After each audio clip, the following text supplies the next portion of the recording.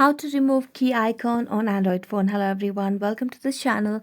I'm Emily and I'm here to help you out today. So without any delay, let's get started. So first of all, launch the settings application on your device, and as you do that, you just need to scroll down and here you can see the option of VPN. So tap on VPN.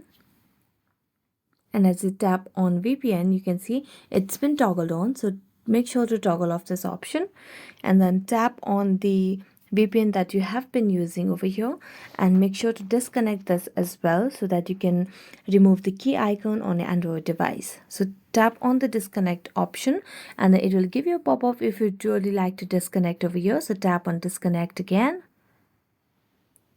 And there you go, the key icon has been removed on your Android device.